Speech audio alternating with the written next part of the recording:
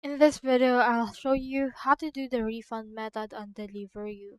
So if you want to request a refund on Deliveroo, what you can do is you can head over and then go to their website or to their application, and then from in there, head over and sign up or log in. So once you have signed up or log in, you should be able to see your past orders and the likes. So if you want, you can head over and then go to their help center. So this is their help center. You can head over to this contact us option. And then from in here, just choose your location. For example, let's head over and choose in here United Kingdom.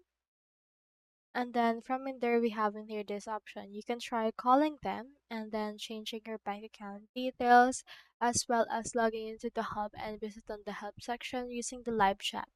This is only available weekdays between 9 a.m. to 5:45 p.m. So doing this, you can head over and share the details of your order that you want to get a refund from. So that's all there is today, and I hope this video helped you out.